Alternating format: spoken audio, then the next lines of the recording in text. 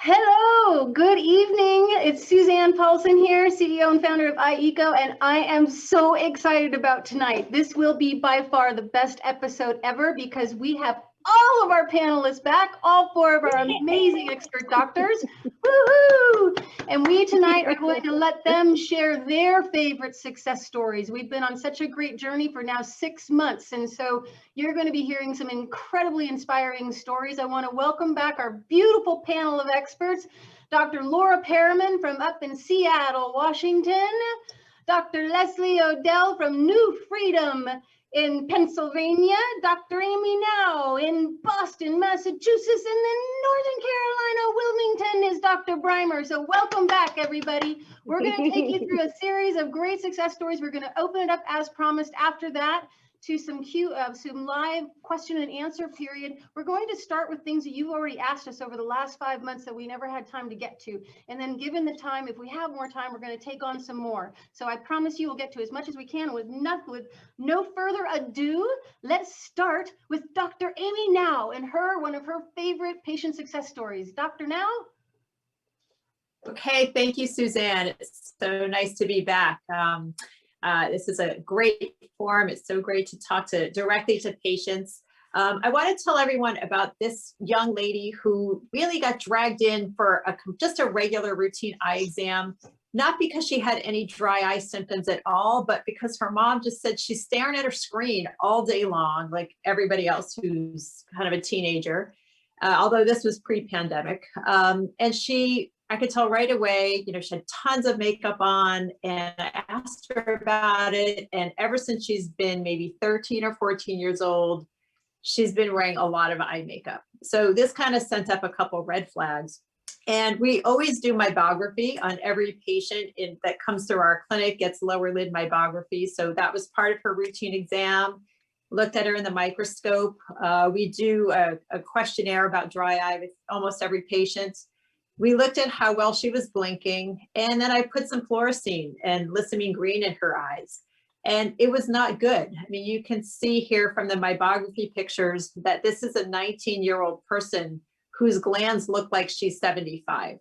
And unfortunately, we're actually seeing this in young people who have been using screens all the time. She just compounded it by her use of makeup. It clogged the glands up. So our diagnosis was MGD. She also had partial blinking problems with exposure of the ocular surface. She had a lot of vital staining of her conjunctiva and of the cornea. She had atrophy of her meibomian glands, and there were fewer than 5 glands that were open per eyelid. And this is a concern, though, because once the glands are gone, they really don't grow back. So this is a 20-year-old person, and they have to last the rest of her life. Wow. So what we did right away was we said, she needs to have a LipiFlow. And we spent a good half hour really talking to her, not in medical language, but in a way that a 19-year-old can find relevant, meaning, this is going to be a problem if you ever want to get LASIK or if you want to continue wearing contact lenses. It's hard to educate someone when they are asymptomatic, but by showing them pictures and making her understand how the tear film works, she did get it. We gave her the tranquilized home therapy. We told her to do it daily. She cleaned her eyelids. Now she's cleaning them with the Eyes Are the Story wipes. At the time, I think she was using OcuSoft, but we said, you've got to clean off your makeup. And she's using a lipid-based artificial tear 3 times a day. But the real crux of the therapy for this patient was that she had to change her lifestyle. So we said, you have to decrease your non-school screen time. And she started listening to audiobooks and doing some other things. Her mom was real proud of her. She got off texting so much. Blinking exercises was really helpful for her. And then we talked to her about, really toning down the makeup, but in a way that she can still feel pretty. So her mom took her to Sephora and she had cosmetics lessons, and that kind of made her feel okay about it. Over the course of the year, her gland function really improved. It was like almost magical because she was young and she didn't have a lot of inflammation. We just had to unclog the glands. She was already asymptomatic, but the reason that I love this story is because it illustrates why I preach all the time that eye doctors have to really screen young people. They have to assume that there's something and prove that it's not there, especially with all the screen time. So, 3 years after we did the LipiFlow, she has not progressed. She has not needed another one. She's changed her habits. And it shows that if you intervene early and you don't wait to be reactive until a patient has a problem, you can really help a patient avoid dry eye disease. Wow. That's an incredible story. That really, and that she was 19 years old. 19 and 19. we see that amount of atrophy. It's not unusual, and that's very scary. Wow. So all of you younger people out there, or those that are parents that have the younger kids, make sure you're paying attention to their little eyeballs too, because there's a big story here to tell. Okay, thank you so much, Dr. Now. Next up, we're going to have Dr. Odell. Dr. Odell, you want to share with us your first success story, patient success story? Well, I'm glad to see the green because that's my favorite color. So thank you, Suzanne. And also, I completely agree with Dr. Now. I'm actually gearing up to do a digital device type of talk to parents in my area to try to educate them to the risks associated with the use of computers because of all of the things that you just mentioned. So definitely look forward in younger and younger people.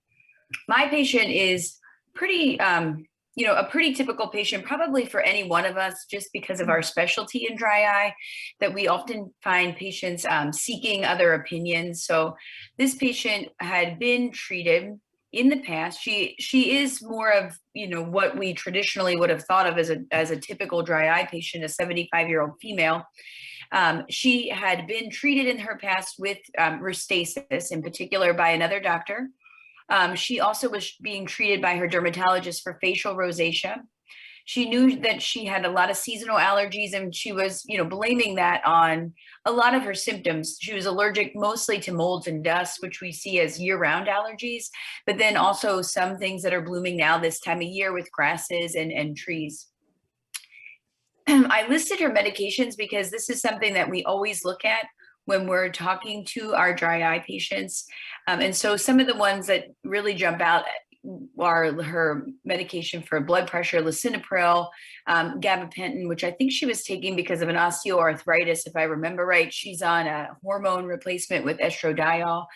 So she has a few different medications that are contributing to her dry eye disease. She had a history with cataract surgery, and she really likes to be active. She likes walking outside for exercise. She's also active on her computer, corresponding with grandkids and such, and probably scrolling Facebook and the like. But it was limiting her activities because of her symptoms. Some of her symptoms were just watering to the point where she wasn't enjoying being outdoors. Tears were just streaming out of her eyes. And even when she would be wearing some kind of sun protection, she was not finding relief. And also her vision became very unstable when she was using a computer. So she was finding, like, in the evening when she wanted to be active, doing things like emails and catching up on correspondence, that she was really just having a lot of eye fatigue and burning that was really causing her to really shut down. Some of our patients will, say that they just kind of have to close their eyes and sometimes go to bed early because they just have given up on the day with the way that their eyes feel. My exam, I think that the other thing that you'll probably find as you go through all of our cases is each of us are very methodical in what we're doing, and that is what sets us apart from other doctors in this space.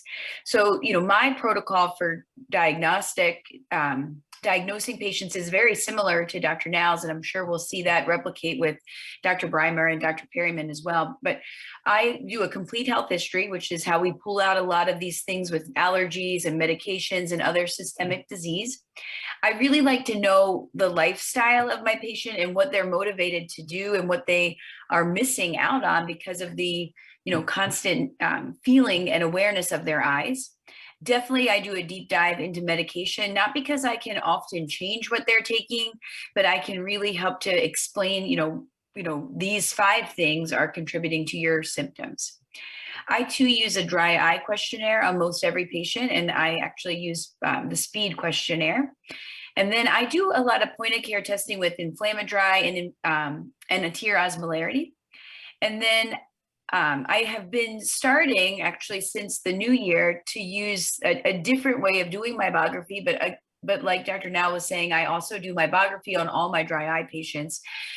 With the Oculus, I can do not only mybography, but I can look at other things like the tear meniscus height, how much volume of tear is on the surface. I could do a topography to kind of map out if there's any irregularities to the cornea.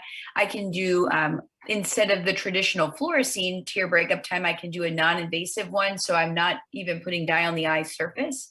And I can even image things to see if I'm noticing, Demodex blepharitis, that I can use that to show the patient. Then the patient's kind of ready for me. So they go through all of the testing, and then I come in to do my evaluation. So my evaluation is looking really at the lid for the functionality of the lid. So I do not only a snap test to see how that bottom lid is performing, but I also look at how the lid is closing at nighttime. And so I do a lid seal evaluation using a transilluminator or a light on a closed eye in the dark room. I'm using the vital dyes that were spoken of earlier with fluorescein and lissamine. One of the keys, I think, when you're having your doctor look with those staining dyes is really to make sure the doctor's giving the dye enough time to work. So because of some research projects that I worked on, I learned that I don't want to always look immediately after I stain the eye, because it can sort of hide the keratitis or the dry spots that we're looking for. I really wait about a minute and a half before I want to do an evaluation of the cornea and the conjunctival tissue. I take that time with the patient to review things again, about the health history. I really want to hear what the symptom was that might have been missed by another provider, whether it's excessive watering or the eye fatigue, or burning, whatever it is for that particular patient. I really want to know what the symptom is so I can better hone in on helping to get relief there. And then it's important that I pull up that upper eyelid to really look at what's hiding on the superior cornea. So in this patient, her symptoms were, not surprising that she was here seeking a second opinion. She had very high symptoms. Our speed score goes up to 28, and she was scoring about a 20 out of 28. So that's pretty severe symptoms. Her osmolarity, interestingly enough, isn't too far off normal with 310 and 307. And the other thing I like about this, even though she is, mild in her tear volume measurement, but I like that the numbers are close together. I don't see a big gap. If it was 290 and 307, I would be thinking more about tear film instability, things along those lines. With my Inflammadry that's looking for an inflammatory protein, the MMP9, I did get a positive response, but it wasn't a very strong response. But I was seeing a lot of inferior corneal staining with my fluorescein, and not any staining with my lissamine. And she didn't really have any significant flaking or collarettes on her lashes. I also look at the meibomian glands to see how many glands are also secreting that clear liquid. And not surprising that she's, especially with that inferior band of staining, scoring quite low on functionality, only 3 out of 15 and 2 out of 15 glands. So I discuss a lot of in-office treatments, and LipiFlow is one of them for me as well. In this patient, because of her history of rosacea, I thought that IPL was going to be a better place to start. I talked to her about her history with restasis, which oftentimes patients kind of give up before they even gave the medication a chance to work. But in her case, because I was seeing her kind of during a flare of symptoms, I decided to start with a medication that recently was approved for dry eye flares with Isuvis. So this is a low-dose loteprednol that has great absorption into the tissues. Patients use it about 4 times a day for about 2 weeks. And she was already taking an omega-3. The other thing I added was what she was doing at home. Because her gland function was so poor, instead of using a traditional beaded mask, which is the microwavable mask, I went with the Tranquilize XL. because it provides a much longer duration moist heat.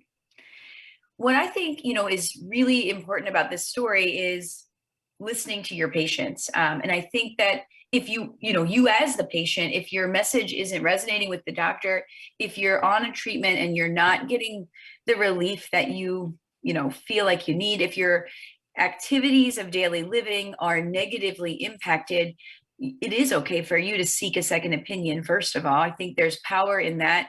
You are in control of your health and well-being, and don't ever feel that you can't seek a second opinion. So I think that's one thing that I really like about this story. And the other thing is just really being able to uncover things like how rosacea could be impacting meibomian gland health, implementing a treatment like IPL, in addition to what a patient's doing at home with a mask that's long lasting like the XL. I think all of these things are, great. The last point I'll make is just, I'm a big fan of, as we learn and grow and have more not nutraceuticals, but actually pharmaceuticals that are targeting inflammation. And I've seen a lot of great things with Isuvis, which, like I was saying, is FDA approved now for the flares of dry eye disease. This alone has been able to increase reading times in patients. It gives me that short burst I need just to get them over the hump to then build on the therapies. Wonderful. Thank you so much, Dr. Odell. And it's so encouraging to know, everybody out there, that we're the tip of the iceberg when it comes to things that are going to be coming out, whether it's pharmaceutical, whether it's the natural, it doesn't really matter, but there's just so much excitement around this space right now. So you will find relief out there. And with that, we're going to move Dr. Breimer. Are you ready to share with us your first patient success story? I am. I'm ready. All right. So this is a story that's very dear to my heart, and I've told it many times because you'll find out when I say why I love the story that it changed the way I practice. And this is a 49-year-old now, but when we started, he was 46, let's say, and he is a graphic designer. So he's been on the computer every day, all day, since he was 25 years old. And the kicker to this is that he's been my patient for 15 years. He actually designed my logo in 2002 when I went out on my own. So my friend, my patient.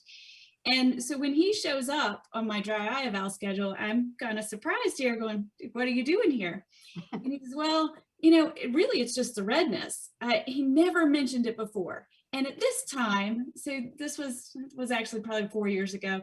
At this time, we didn't have the technology. It wasn't as mainstream as it is now. We didn't know as much as we do now, but I was already treating dry eyes. I just hadn't seen him in a while and he had never complained.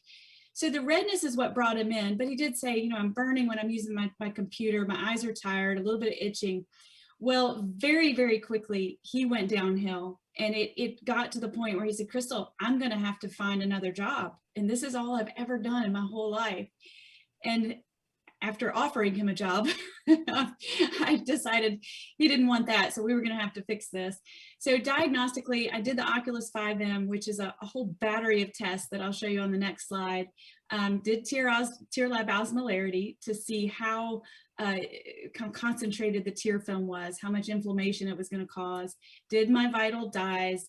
And then, and in addition to that, I always debride the lid margin. So I scrape across it to see how much biofilm is there, how much bacteria presence is there on the lid.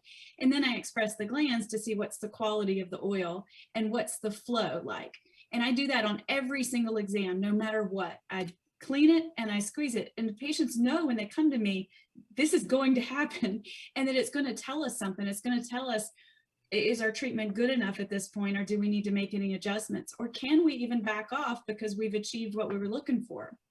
So with this patient in particular, to kind of walk through what I saw, this top, I'm going to go from the top left and to the right and then down. So the top picture, it's actually a measurement of how much tear volume there is.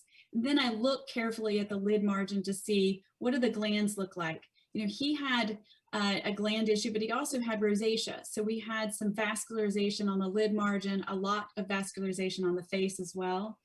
And then look to see with that fluorescein image, how quickly his tear film would break up, but also I could slow down that video and see if he was closing his eyes properly during the blink. And then the real shock of this was the next picture, which is the mybography. And you can see that there are no glands left. I mean, we have a few little tiny little glands up at the top lid that are faint and hard to even image. Now, keep in mind, at this point, he was 45 years old and has no glands left. So the only one I've seen like this is in her 90s. I've got probably 3 or 4 patients like this in their 90s. And here we have 50 more years to try to maintain him and keep him comfortable. The next picture allowed me to see how much tear film debris was in his eyes, and then really just a far away look at the inflammation, the amount of redness in his eyes. So ultimately, we have a gland problem. We had some bacteria along the lid margin.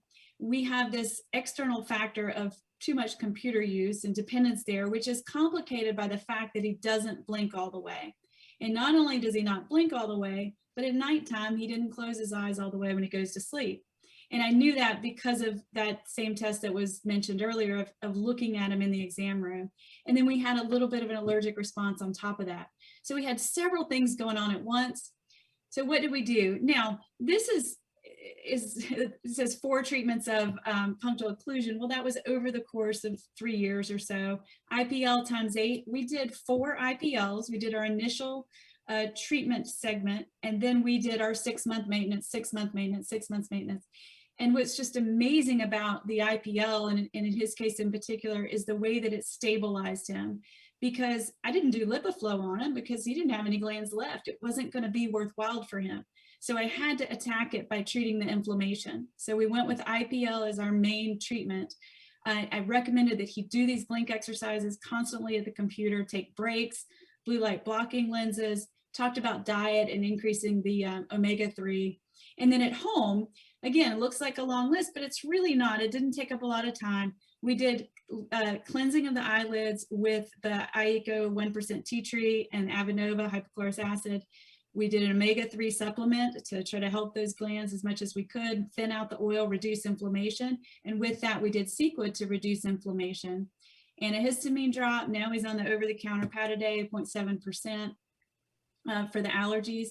And then we did warm compress to try to get that oil moving out of those couple glands that were left. And of course, the eye seals at nighttime to protect him from the gap between his lids. So ultimately, really he just had to clean his lids and put a drop in morning and night, do his warm compress, and put the sleep mask on. It wasn't a big time consumption, but that, along with the IPL, created this improvement in his symptoms, created the relief from the redness and the burning.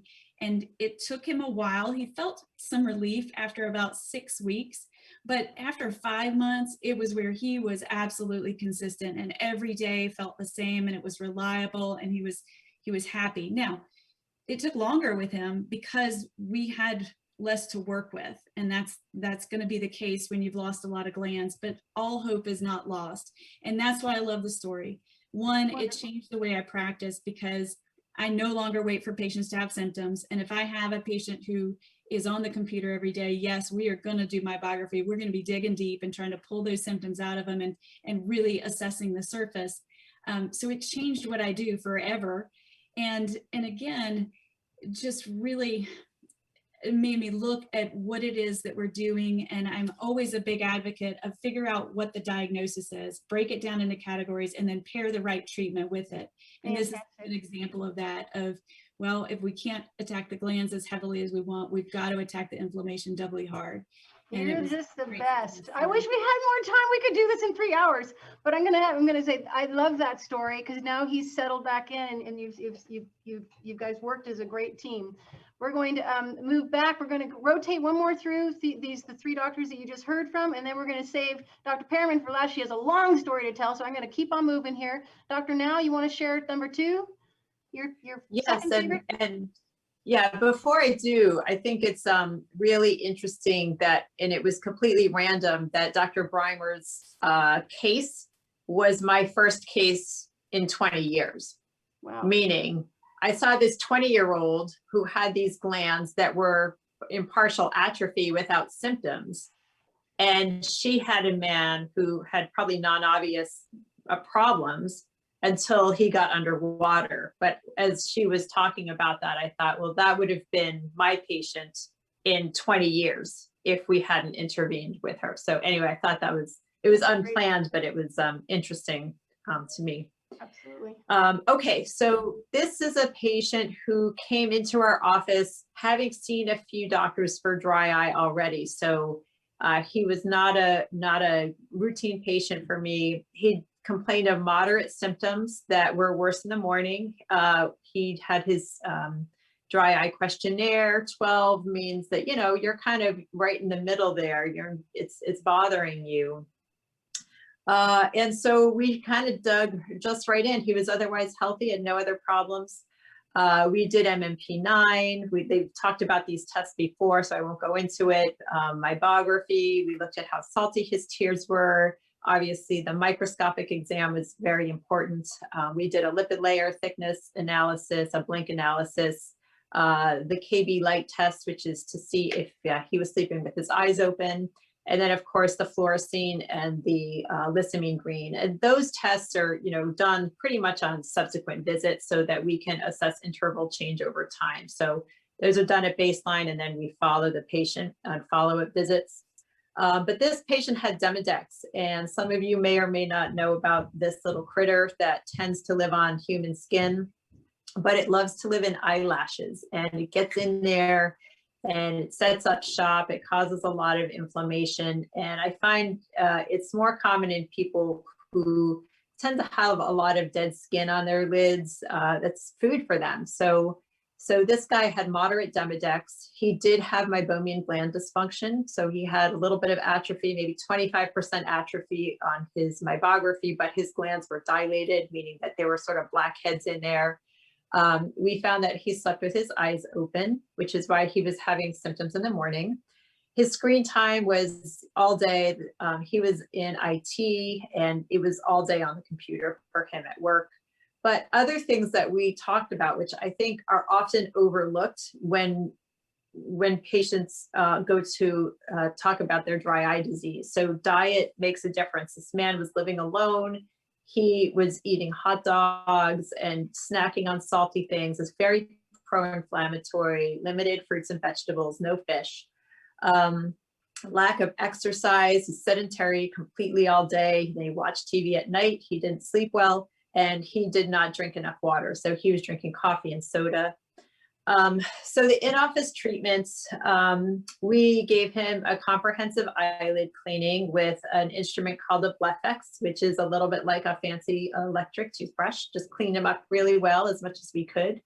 And IPL has been shown, and Dr. Perryman has actually made a couple great videos of this. It kills those little critters, but it also decreases lid margin inflammation and is a great way to treat meibomian gland dysfunction. So he had 6 treatments of IPL over the course of about 7 months.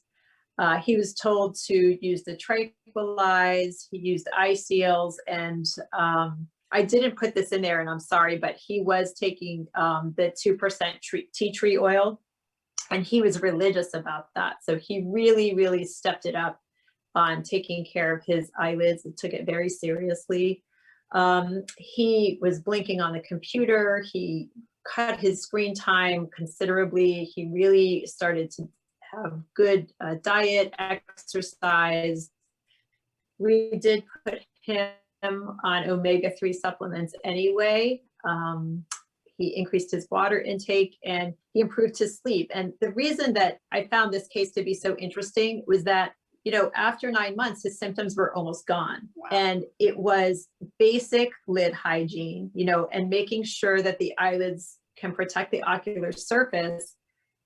But it kind of shows how you have to improve your lifestyle. You know, this man took charge of what was wrong with his lifestyle. And before we talked to him about these things, I don't really think he made the connection between the things that he was doing to himself that wound up affecting something that seems so remote as a dry eye problem. And by making it very holistic and making him understand that the lifestyle choices he was making were impacting his health, I thought that was great in this case. Even though he didn't have any heart problems or anything like that, it was his eyes and they were important to him. So I think it was good that we were able to help him. but that it really did change the way that he was living his life. I love it. What an impact. Thank you so much, Dr. Now. And Dr. Odell, patient number 2. Hot dogs and dry eye. I like it. Yeah. But the single male is probably not always eating the healthiest. So great job. So this was a patient that I had seen that was actually referred by a colleague. Again, a 72-year-old female. This patient is really interesting, and I'm so glad that my colleague actually thought of me for her. She had a stroke about 3 years prior, and she was unable to speak. After that, her husband is wonderful and takes very good care of her. I mean, she's still a wonderful person. She was communicating through actually blinking her eyes sometimes, or writing what she was experiencing, but she had been really suffering for years after this stroke. She was actually getting Botox because even prior to her stroke, she was suffering from a lot of blepharospasms. And so she had been seeing a neuro-ophthalmologist for many years to get Botox injections just to help decrease the blink. When she came to me, surprisingly, she was really only using over-the-counter products. She was on over-the-counter tears. She was using TheraTears, Genteel. She had a beaded, heated mask, and she would really ramp that up around the time of her Botox injections. She was a patient that was using artificial tears many more times than I like to see, like upwards of 10 and 12 times a day, just to seek relief. You can go to the next slide because this is sort of just a summary of what I do. So for this patient, she was off the charts with symptoms. So 28 out of 28 with her speed questionnaire. Her osmolarity, again, kind of interesting, was within the normal limits of 303 and 294, but you can see there's a little bit of that asymmetry between her eyes. Her inflammatory was negative, but I made the diagnosis of dry eye because she had symptoms with the speed score, and then she had clinical findings, although her osmolarity was within the normal range with her keratitis. So she had significant corneal keratitis, again, located inferiorly. With my core Blackie light test, she also was suffering from inadequate lid seal, and her meibography was showing atrophy of glands on both her right and left side. Her glands were also pretty poorly performing, 3 out of 15 and 1 out of 15. And actually, I'll admit that she's relatively new to me. So as you look through the journey of where we're headed, I'll talk to you about what we're doing right now, and then where I'm planning to go with her. So long-term considerations for her, because of her poor gland function, I'm definitely considering LipiFlow for her as we kind of quiet some things down and improve the quality of her surface. I started her on I wanted to start her on a foundational medication just to help with inflammation and help heal the surface of her eye. So I actually chose a cyclosporin in her case, just due to some insurance coverage. The biggest thing, though, that has made such a huge impact, even in a short amount of time, was introducing the eye seal 4.0. So this is one of my favorite kind of patients, is identifying lid seal as a problem, and a cause of symptoms, introducing something really as simple as a mask that is sealing and giving them this humidity chamber while they sleep, and then seeing a patient back to hear the success. So this patient, like many patients, when I introduced that therapy, was just, amazed at how comfortable her eyes were waking up. Just her husband saying, she wakes up and her eyes don't look red. She's saying she wakes up and has a lot more comfort. Because she had some blepharitis, I also went to, I used the tea tree oil solution for her just as a start point to kind of clear up the lids and lashes. I extended her heat because her meibomian gland function was so low. We started with the tranquilized mask, and we also started her on some nutraceuticals with omega-3 supplements. And again, just kind of quiet things down with some anti-inflammatory. But really, I'm excited to see how she does with LipiFlow. She's already had a tremendous positive response. The other reason why I love this story is because, diagnosing the problem is a part of the problem, or part of the solution, but then treating, with something a lot of times more than just palliative with an artificial tear, introducing medications that we have, cleansing routines, humidity control, right? Environmental control with something like the eye seal can really be life-changing for a patient. Oh, wonderful. What a great story. Thank you so much, Dr. Odell. And now, Dr. Breimer, your second one, and then we'll go on to Dr. Perriman. Okay, we've got a 67-year-old male. He's a business owner. He does a lot of driving, crusty, gritty eyes in the morning, severe, severe dryness. This patient, when he came in, was just very desperate and frustrated, but yet half of them had already given up. He'd had symptoms for 20 years, severe symptoms, and told 12 doctors. Now, when I say 12 doctors, this wasn't on a routine exam. He had sought out 12 different specialists to try to get relief, and this was pretty much his last straw. And at the time I had dry eye institute, so I had 5 other doctors in the room watching, which didn't help things at all. He had already done LipiFlow, done IPL, done autologous blood serum, every prescription that is for dry eyes, he'd done it. And so it was a very challenging case to say, okay, well, what now? What am I going to do differently? The last report was from Duke, and they said that he had conjunctival chalasis, meaning there was excess tissue on the surface of the eye. So you've got the eyeball, and then you've got, basically it looks like a piece of saran wrap on top of it, and that it was excess and bunching up. So we did all the same diagnostic tests that we did before. And then to kind of go through the imagery here, we see that his water volume was okay, or his tear volume. On the glands, we had gland deficiency as far as expression. Nothing would come out. Luckily, he still had glands left, unlike the other case. But you can see the amount of redness and just inflammation. And when you look at the picture with the green, you can see all those, the appearance of wrinkles on the surface, especially on the lower set of images on that left eye. And they were basically saying, okay, it's got to be this. This is causing our problem. You can also see on the skin of the lid, the upper lid, how it covers up the lash line on the lid margin. And this was also causing an issue, more opportunity for bacteria and blepharitis. So we had dry eye, we had this excess tissue, we had oil glands that weren't producing, we had rosacea, a lot of rosacea on his face, bacteria along the lid margin lash line, and no, he didn't have a good seal at nighttime either, which I think is almost everybody that we've talked about tonight. So in addition to that, he also had a challenging lifestyle. You know, he's on the road a lot, he doesn't eat well, he had 2 aging parents he was caring for, just a lot of stress in his life right now, which absolutely makes a difference.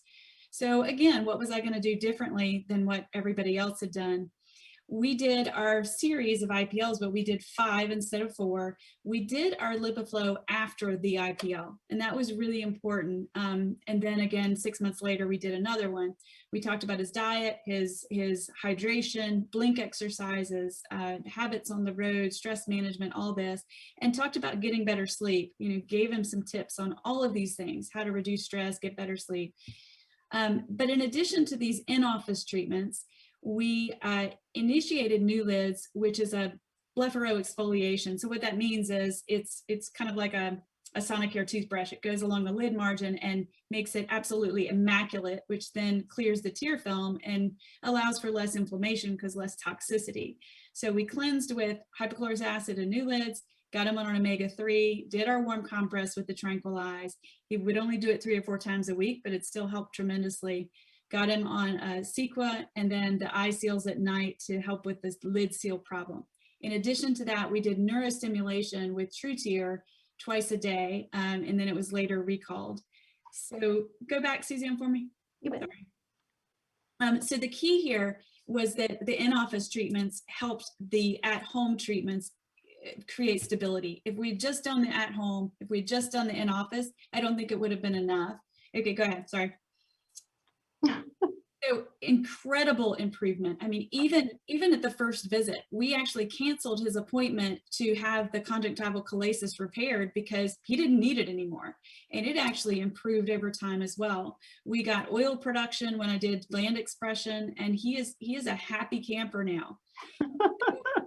That's a fantastic story. That's a great story. I'm gonna move on because I know Dr. Perriman has. You cut me off twice. I'm so sorry. Did I do it again? I have to be the bad one. 7 seconds. Okay, go on. It's okay.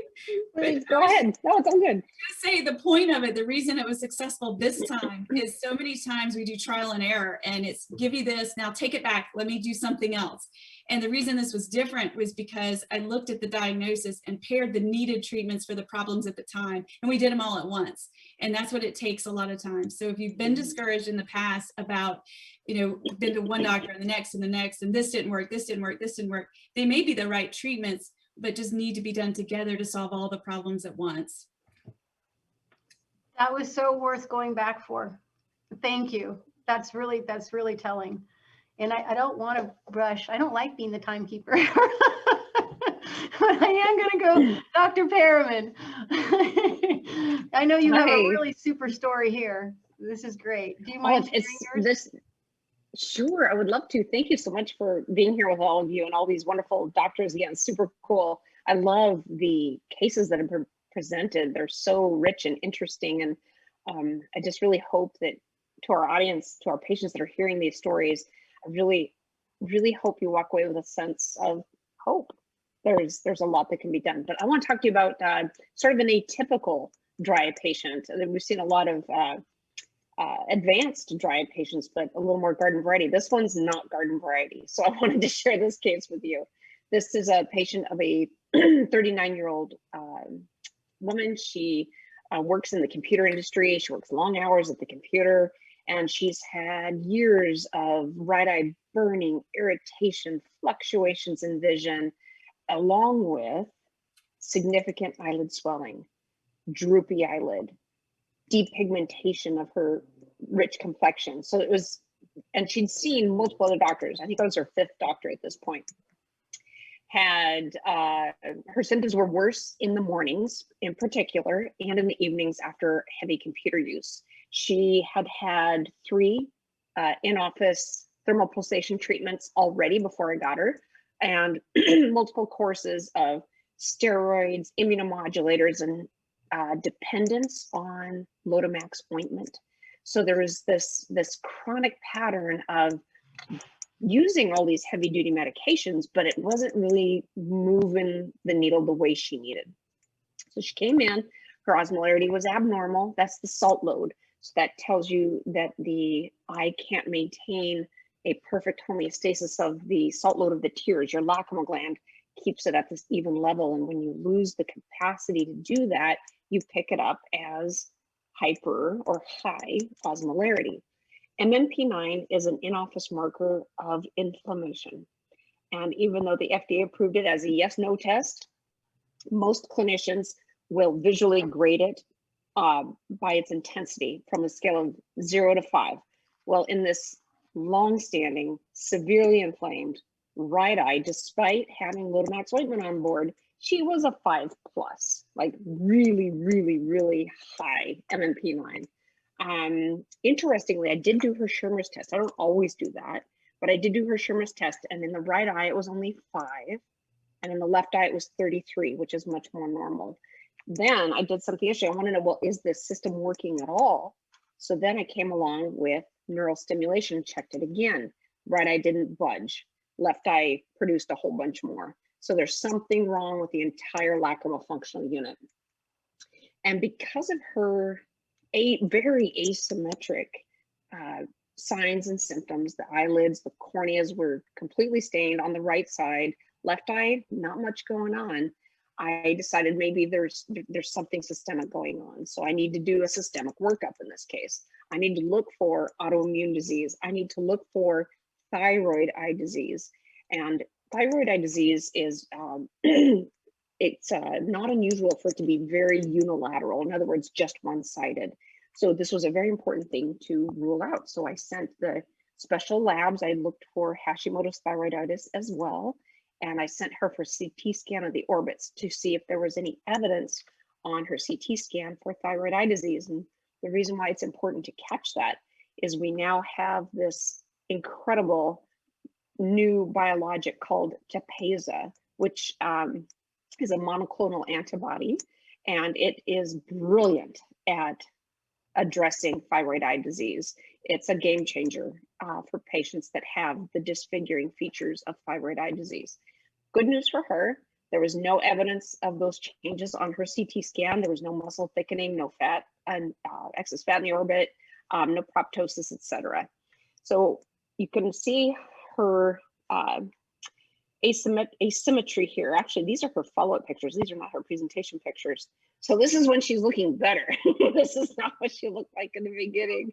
On the bottom, though, you can see her mybomography, and on the right side, there's dramatic dropout on the lower lid. Those little poor little meibomian glands are just little nubbins. And on the left side, there's some loss, but not nearly as much as on the right. And so I'm like, gosh, is there anything here at all? So I went on ahead and I flipped the upper lids and looked at the mybomography. And on the right upper lid, there's significant dropout.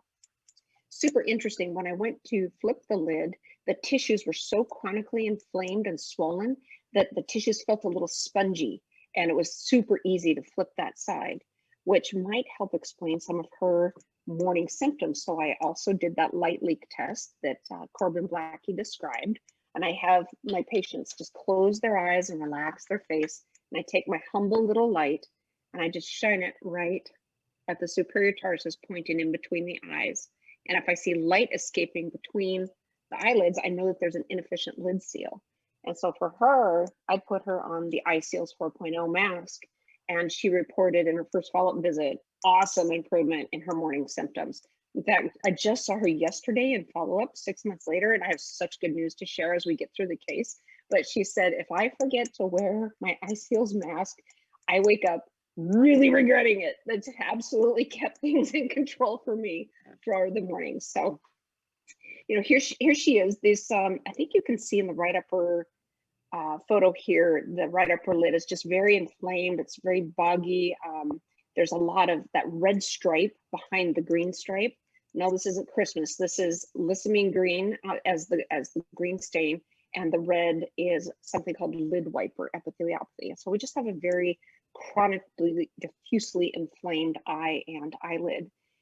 So much so that if you look on the other photo, you'll see that her lashes are white in places. That's called poliosis, when your lashes lose their pigmentation. And the vitiligo is a little hard to see on this picture. But even in someone with this degree of melanin in their skin is a candidate for IPL. And so that's one of the things we offered her. Next slide. So we did a series of IPL treatments very carefully, very mindfully, because she's a Fitzpatrick skin type 5, a light type 5. And right away, even after the first treatment, we could see improvements in the edema of the tissues. That's a fancy word for swelling, the swelling of the tissues, the thickness, the tenderness of those chronically inflamed tissues, all improved even just after one treatment. And after her full course of treatments, she's had a beautiful improvement in her appearance. We also sent her home with neural stimulation because I need to get that lacrimal functional unit functioning again. Sent her home with hypochlorous acid spray to control the bacterial component. When you have this much dry eye, when you have this much meibomian gland dysfunction, this much lid edema, it's going to be a bacterial and yeast heaven. Like, I have to keep that cleaned up and under control. I had her get Sequa, which is the newer formulation of cyclosporin, and it does have its role because she had so much staining on her cornea. I needed something that would penetrate the cornea at a higher level, so that's what we prescribed for her. And then, of course, her iSeals, which she totally loves. And we did have to do advanced diagnostics on her, look for thyroid eye disease, look for autoimmune disease. I think she, mostly just has a vitiligo creating her dry situation. And I also, on her initial examination, this is something unusual, she had something that we call fornicele foreshortening. What does that mean? It basically means that the cul-de-sac behind your lids, there's like a little bend in the conjunctiva. The cul-de-sac was much shallower than it should be. And that always alerts me for unusual conditions such as lichen planus. And that can be found in the conjunctiva, in the mouth, and in your GYN mucosal membranes. And so I sent her to her dentist for an oral examination and mucous membrane biopsy. And the good news is there was no evidence of lichen planus. Next slide. So, it was so awesome to see her yesterday because she came in frustrated, having difficulty doing her job, being involved in her young kids' lives because the eye was so uncomfortable all the time. She's back to working full time. Her whole energy was better. Like, I walked into the room and I'm like, wow, you've got some vibrance to you. You've got some pep in your step. And she's like, I feel so much better. And that's what fills my heart with joy, is to help someone get their quality of life back. That's why we work as hard as we do. So she's very dependent on her eye seals 4.0. She still has a little bit of blurring in that right eye. We still have some keratitis that we're working on clearing up, but she's well on her way to getting better. Oh my gosh, what a great story. These are all great stories. I can't believe we only have 10 minutes left, which we were reserving for the live Q&A. So we're going to bring everybody back up. And Dr. Perriman, I'm going to start with you. Well, this was one from a previous episode we didn't get a chance to, and there's two questions, but they're saying the same thing, so I'll throw them both out. My eyelids don't close all the way, and the pain when waking up is excruciating. A literal feeling of glass or something sharp in them. A second question, what is the fastest method to calm an extreme episode of dry eye when suddenly waking up? You want to take that one on? Sure. So we've been talking a lot about some of the devices that are available to you. And I love the Eye Seals 4.0. It's brilliant for creating a protective environment when your lids can't do the job. If the lids are falling down on the job, we can create protection for that cornea so that it doesn't dry out and evaporate overnight, so that when you open your eyes in the morning, it doesn't rip on your cornea. Your cornea is the most heavily innervated tissue in the body. It's highly sensitive for good reason. Mother Nature designed it that way, so you can maintain the integrity of your cornea so you don't suffer vision loss. So it's a highly sensitive tissue, highly innervated. And when we stop that nightly drying process, we call that desiccation, nocturnal desiccation, then we can start to make some gains in it. Second part of that question, what's the fastest way? Get a nice preservative-free artificial tear, take your time, hydrate, kind of keep that eye closed for a couple, 30 minutes or so, and that can help as well while the eye is getting going. And see your doctor. There can be some things there that can be treated so you don't have to suffer like that. Excellent. Thank you so much. Doctor, now we have a patient who is a Sjogren's patient, and there's actually 3 questions here and she's watched all the episodes. And she says that she's had dry eye problems for 12 years and has tried many treatments and not had much success. I'm still looking for new treatments. I'm considering trying soft lenses or scleral lenses. Question 1, are there any good soft lenses that would be comfortable and helpful to dry eye? Question 2, is the scleral lens a good option for dry eye problems? I heard many successful stories. If someone has oil gland problems, can the scleral lens be an option? And then the third, I have Asian eyes. Scleral lenses are big. Will this be a problem for me if I choose to go that route?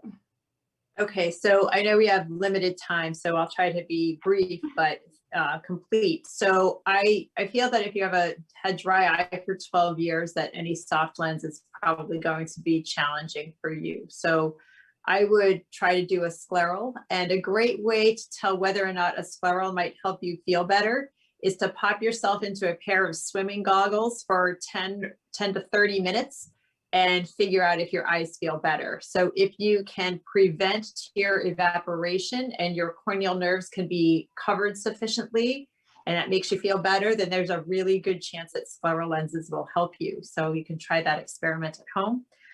And scleral lenses now come in all different shapes and sizes, and they're really these bespoke devices now. And if you have small eyes, it shouldn't be a big problem. There are many scleral lenses, and in your case, it sounds like you're really trying to protect the cornea. So you might not require a big scleral lens. So I think there's hope, but I would try the goggle test. Super, that's great advice. Dr. Odell, there's a question here regarding CPAP use, and is CPAP use a common cause of dry eye? Well, this is a great question for a few reasons. Yes, the CPAP use alone can cause some dry eye, especially if we see that inadequate lid seal. So if your eyes don't have a night tight closure, like a good refrigerator door seal, if there's any gaps in that seal, then you're going to experience the air from the CPAP hitting the conjunctiva and cornea as you're sleeping. But the other thing that this really makes me think about is some of the things that we see with patients who have sleep apnea. And that is just an underperformance of the lid over time and something that we call floppy eyelid syndrome. So that creates this lid laxity that makes the lids harder to close. Sometimes the lid can actually evert during sleep.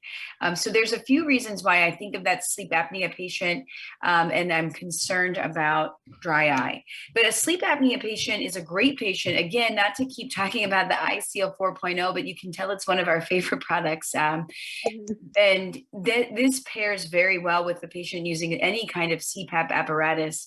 And if I'm not incorrect in thinking this way, I think it was one of the reasons why you first created that to begin with.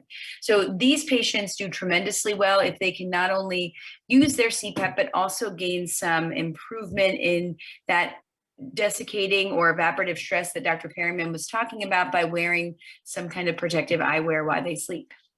Wonderful. Thank you. And Dr. Breimer, I have one here, and we've heard this a lot. I have tearing in one eye. What causes that? Excessive tearing. One of two things. Now, usually when it's only one eye, it could be that the drainage pipe is blocked up. And your doctor can do a very simple test to figure this out. We can basically take a blunt syringe and push saline down the puncta, the opening on the lid margin, and push the saline down until you have it run out your nose or down your throat if you taste it. Once that test is done and you leave the office, if your tearing is resolved, then we know it was because of that blockage. And sometimes the relief will last quite a while, but most of the time it comes back and the procedure has to be done again, or something more invasive like a little tube put into that tunnel. Now, the other reason, and this happens more when it's both eyes together that are tearing, but there is a feedback loop in play where when the eye is very dry, you don't have a lot of tear film and oil on the surface, these corneal nerves get exposed and they're sending a message to the brain saying, do something, do something. It's sending a message to the pump saying, do something. And when it gets that messaging, it doesn't let out just a tiny little bit of rationed tears. It lets out more of a flood to basically compensate for that dryness. So it also could be that one eye is much more dry than the other and has a keratitis or structural issues on the cornea that cause it to be more fragile and basically scream out to the brain. And that's why you're having tearing in just one eye. Wonderful. Thank you so much. I can't believe we only have 3 minutes left. One more. Dr. Perriman, I had LASIK surgery in 2003. Since that time, is there any information research connecting LASIK to dry eye? Oh my gosh, that's such a great question. So the answer is yes. Anytime we do refractive surgery on the eye, you end up disrupting the corneal nerves in order to apply the laser to do that refractive correction on the cornea. The corneal nerves never fully regenerate. They're always abnormal looking, and that can result in loss of control of the quality of the tears. Neural stimulation is a brilliant approach to that problem. If you have a significant pain component after your LASIK, this is an uncommon complication. There is a brand new clinical trial in phase 3 development. Go to clinicaltrials.gov and search LASIK pain and TRP V1, and you'll find the information on the clinical trial. So we're a study site for that, but we're super excited about the role of approaching corneal nerve pain from a different mechanism than we've ever seen before in ophthalmology. So we're very excited about that. There's hope. Wow, that's really interesting.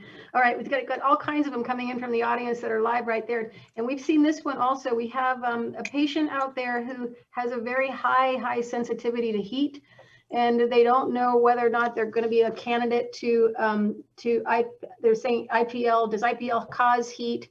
I'm sensitive to heat. Dr. Now, do you want to take that one on? So I guess the question would be, are they more sensitive in heat because that is causing less humidity? So anything that's going to dry out your laundry is going to probably dry out your eye as well.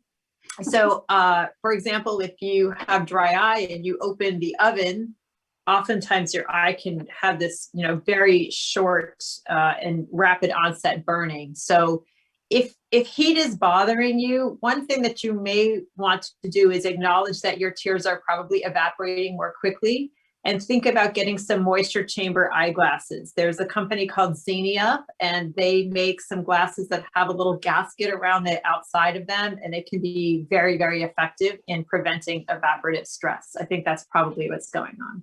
Interesting, very interesting. I'm going to do one for Dr. Odell and one for Dr. Breimer. Dr. Odell, what are the indications for IPL versus LipiFlow?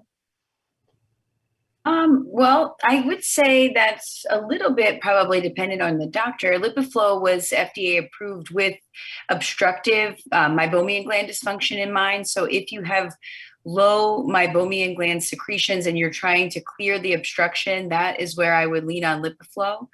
IPL has really come in, and I would ask Dr. Perryman to even add to what I'm saying, because I know she's really been leading the charge in understanding IPL and how it pertains to meibomian gland dysfunction. But for me, I use IPL when I see ocular rosacea, if I see eyelid redness or the telangiectasia, the vessels around the ocular or the meibomian gland orifice.